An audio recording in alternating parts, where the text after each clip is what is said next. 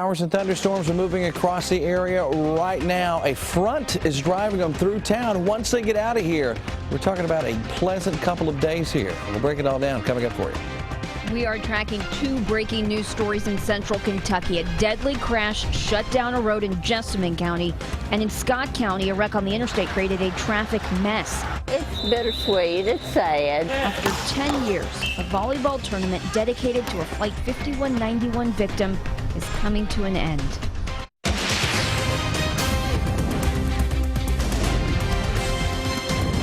WKYT News starts now with breaking news. A deadly wreck in Jessamine County. You're watching WKYT. I'm Kristen Kennedy. We are tracking breaking news tonight in Nicholasville. Police tell us one person is dead, 4 are injured. They've closed a stretch of South Main Street between Southbrook and Kimberly Heights. They believe an SUV lost control and hit a pickup truck head-on. WKYT's Sabir Rayford is live at the scene. Sabir, do police know what caused that driver to lose control? Police say an SUV was traveling southbound here on Main Street when it collided with a pickup truck. They said they smelled alcohol in the car when they went to go check on it, and witnesses say that the car was driving erratically. Police say the SUV had 2 kids in the car. They say another car traveling northbound on Main Street was able to get out of harm's way, but the pickup truck behind the car collided with the SUV. The truck had 2 passengers and 1 died on the scene. Police say everyone else was transported to the hospital and didn't appear to have any major injuries. This portion of South Main Street near Ridgewood Drive has been shut down since the accident happened around 3 o'clock. Sergeant Scott Harvey says they are still trying to piece together what happened. From what we can tell, preliminary investigation, neither occupant of the pickup truck were belted in. I don't know if that contributed to the death or not, but I know it's very difficult to survive a collision like this if you're not belted in. And so that's one of the situations that we deal with all the time in police force, is just try to educate people the importance of wearing a safety belt. At this time, the victim of the crash has not been identified. Live in Nicholasville, Sabir Rayford, WKYT. Sabira, thank you. Also breaking tonight, deputies in Scott County are investigating a major wreck on the interstate. For a couple hours, only one lane of traffic was moving on I-75 near mile marker 121. Crews just reopened all lanes. WKYT's Caitlin Sentner is out there for us. And Caitlin, what caused that backup? Kristen, witnesses told police there was standing water on the interstate, and we're not just talking a little bit of water, we're talking about 1 to 2 feet of standing water, and police say we're lucky that this pileup wasn't much worse. It was around 2:30 this afternoon. Scott County Sheriff's deputies got the call. Close to a dozen cars had crashed on I-75 northbound just past Ironworks Pike. Deputies say the road conditions actually caused cars to spin out and hit the median, as well as surrounding cars. The pileup caused the interstate to shut down for quite some time while crews made sure it was safe for travel. A couple of people were sent to the hospital with non-life-threatening injuries, but for the most part, everyone was okay. Due to the large amount of water on the roadway, and multiple vehicles and being the weekend, we're very fortunate. Deputies said every wrecker service in Scott County was here. State Transportation was also here, looking into why there was so much standing water on the interstate. In Scott County, Caitlin Sentner, WKYT. Deputies in Scott County do believe weather played a role in that major crash on I-75. We are tracking more strong storms moving across the area right now. WKYT meteorologist Jim Caldwell is taking a look at the radar. And we are watching some of those showers and thunderstorms. Visibility probably looking a whole lot like this a little while ago for those folks. We're looking off in the distance at one of the heavier showers moving through the area. So that's what they were experiencing as well. That, and you throw in some water on the road. Here's what Defender's tracking at the moment, and we have numerous showers, thunderstorms throughout the entire area. Pockets of heavy rain also coming into play. We look here into Fayette County, and that's what I was tracking on the Skycam. That heavy batch that we're looking just north of where it says Lexington, that's the little batch we were looking at here in Fayette County, and even more out to our north and to our east. There you see into Carlisle, getting in on some lightning and thunder. Heavy rains, gusty winds associated with that particular batch. We move to the south. We're now into Rock Castle and over into Jackson counties, tracking some heavier rain as well, and then into eastern parts of Kentucky from Jackson there in Breathitt County, and then down to Hazard. More rounds of heavy rain. All of this trying to come together, and we're going to be tracking even more because another batch is starting to set up out to our west that's going to sweep through. But that's the batch that's directly attached to a cold front that is going to shake things up. I'll break it all down coming up for you in just a few minutes.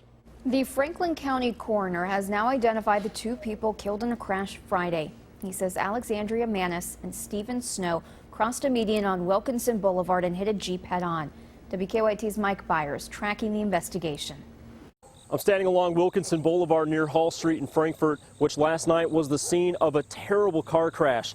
A crash that claimed the lives of two people. I travel this road all the time going to my first job, and cars always been careful, so that's really a freak accident. Ramona Donald was coming home from work around 8:30 last night when she drove up to the scene of a major accident. All I saw was like 2 ambulances, and it was probably like 6 or 7 police. Frankfort police say a Toyota traveling westbound on Wilkinson Boulevard between Hall Street and the Holmes Street exit crossed the median and hit a Jeep head-on that was traveling eastbound. Police tell us 4 people were involved, 2 in each car.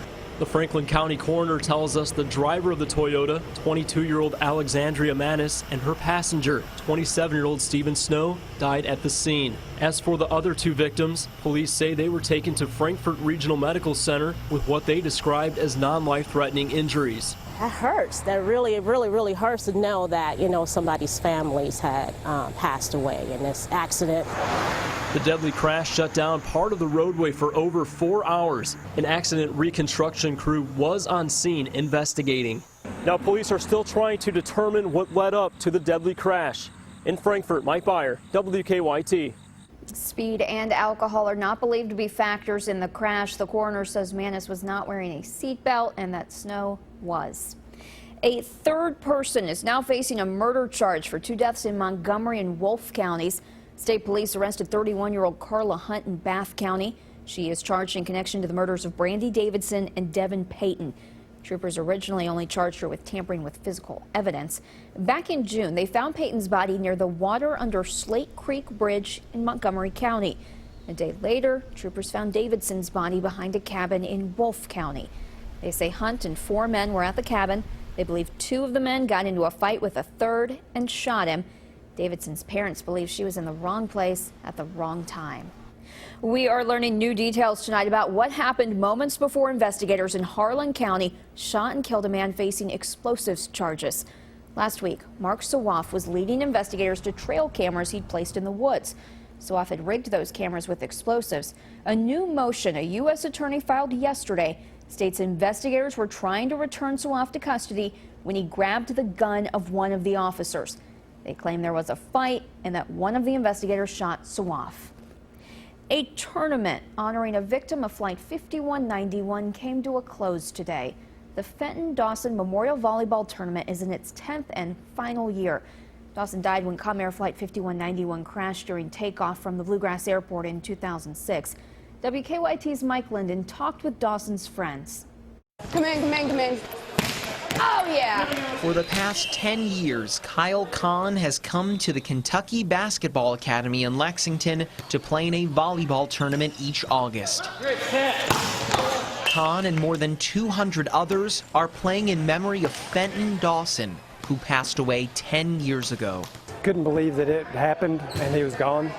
Dawson died when Comair Flight 5191 crashed at Bluegrass Airport in 2006. We come back every year and we're able to remember him, and of course it gets a little easier as time goes by, but we never forget what happened. To honor Dawson's memory, his friends created the Fenton Dawson Memorial Volleyball Tournament. We're very proud of it. I think it quickly became one of the most loved, best run tournaments in the state. To commemorate the 10 years of the tournament, Fenton's mother made this quilt comprised of every shirt worn by competitors every year. That includes 1 through 10. But the 10th also happens to be the last shirt. It's bittersweet, it's sad, but I know it's time, and they've done a wonderful job, and so I'm just so proud of what they've accomplished with it. Tournament organizers plan to donate 10 years worth of net proceeds to the 5191 Memorial Preservation Fund. But organizers had one more surprise in store. I know all of you guys have paid your registration fees. Those checks will be given back to you today. Everybody here today plays for free. In Lexington, Mike Linden, 1, 2, 3, jam! WKYT. Fenton's mother is giving the quilt she made to his 2 children. Coming up on WKYT News at 6, artists from near and far are showing off their work this weekend in Lexington. Now, your hour-by-hour forecast with meteorologist Jim Caldwell. It has been a pretty stormy day for many folks across central and into eastern Kentucky, with rounds of heavy rain showing up out there from time to time and a little gusty wind. Nothing severe, but certainly some stronger thunderstorms trying to go up in certain spots. There you see the coverage on our Fender Radar Network, and you also see another line shaping up out to our west that will eventually roll in here a little bit later on tonight. That's going to be closer attached to the actual front that's pushing its way across Kentucky. Here we go on a radar tour to see who's dealing with the heaviest rain. We go right into northern parts of Madison County, close to the Fayette County line, and that's where you find one round of heavier rain. Also off toward the north and east. You can see just north of Owensville, as a matter of fact, getting in on some of that heavier rain showing up there, and into Carlisle as well.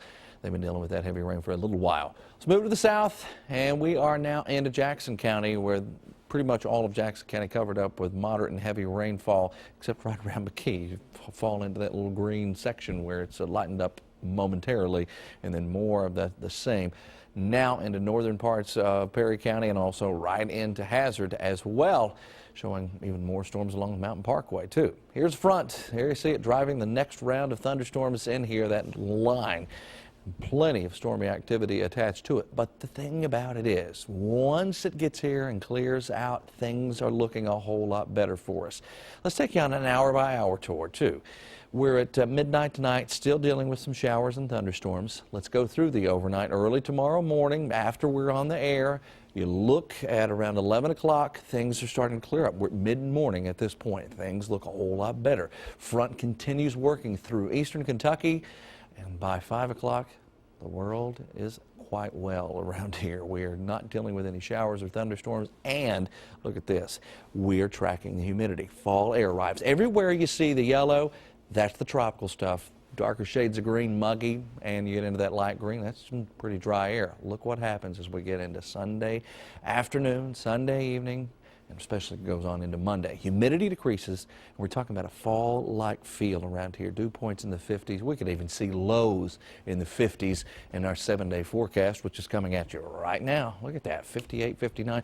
I'll tell you what, I might be a little warm. A lot of the models are trying to trend even cooler than that, mid-50s. Let me tell you what a mid-50 would do for you, Kristen. You walk outside, you're going to say, ugh, it's kind of cold. It'll have a chill associated with it if we can get all the way into the mid-50s. Hey, I've packed on some extra weight lately, carrying around this baby. I am loving the cooler temperatures. Bring it on. Yes.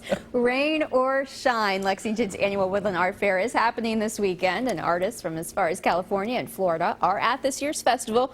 The long-running fair always showcases local artists. WKYT's Michelle Chamberlain talked to some of them. The rain may have had you singing the blues today, but rain or shine, the Woodland Art Fair is going on this weekend.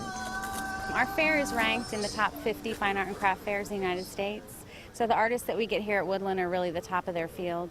They come from all over the U.S. More than 200 artists are showcasing their work for thousands of people to see and hopefully buy. You know, to think that these folks make a living, they're living, that they support themselves doing this every year is really amazing. Fair organizers tell me it's their goal to have at least 50 local artists here at the fair. For one Lexington photographer, he tells me his artwork began as a hobby gone out of control. In 1980, I traded a friend $100 and 2 pickup truckloads of firewood for an old Minolta camera and 2 lenses. A majority of John Snell's photography consists of scenic shots from some of Kentucky's most beautiful and recognizable places. I think he really captures the best parts of Kentucky, you know, those places that you go to when you're hiking or if you're by the water and you go, man, I love this state. His work really speaks to me in that way. It feels like home. The Lexington native has been setting up shop at the Woodland Art Fair for the past 19 years, and he says it's the perfect place to show off his craft. It's my favorite. I always do well here, but sales-wise, it's a really good show for me. At the Woodland Art Fair in Lexington. Enjoy the show. Good luck. Michelle Chamberlain, WKYT. And the fair runs through 5 o'clock tomorrow out at Woodland Park in Lexington. If you go, be sure to stop by our WKYT booth. Lee K's in next with sports. High school football's back, and we are continuing the countdown to college games. Yeah, you could just say football is back in general. The high school season kicked off last night. One area team got a big win, but they lost one of their best players in the process. And the Wildcats held another scrimmage this morning out at the stadium. Mark Stoops says the Cats need major improvement in one particular area. That's next in sports.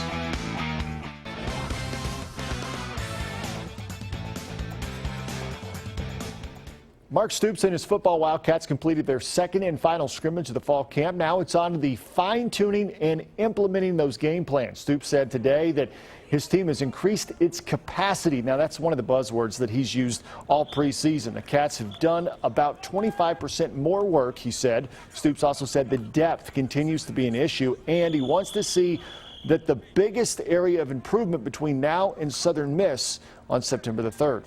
I'm pleased. I feel like both sides did some good things. It was good to see the defense get some 3-and-outs early and put the offense in some bad situations. The offense responded, did some good things as well. I think the biggest issue is again, depth, is what I'm concerned about, and getting the guys that are 2s and 3s to play at a higher level. Now defensively, the Cats got a big play today from cornerback Derek Beatty, who picked off Drew Barker, but defensive coordinator DJ Elliott complained for a second weekend about UK's tackling issues. It's only the second live tackling opportunity we've had, so you know it's not where it needs to be. We're going to have to get that accomplished in practice, and you know, some of the guys did some good things, and some of the guys didn't do some good things. So we got a lot that we can learn from. And the college football season now just 2 weeks away. That means 14 days until the Wildcats open against Southern Miss, the number 14 worn by Patrick Tolles, Chuck Broughton, and Anthony Mosley, among others. The Kentucky defense surrendered just 14 passing touchdowns last season, and UK safety Darrell Bishop ended his career with a total of 14 interceptions, still a school record. For more facts on the number 14, you can visit the sports page at WKYT.com. It is the opening weekend of the high school football season. The majority of teams across the state kicking off last night, but a handful waiting for the Saturday night lights. Bryan Station in the final Lexington school to get the season underway, taking on Wayne County tonight, first quarter.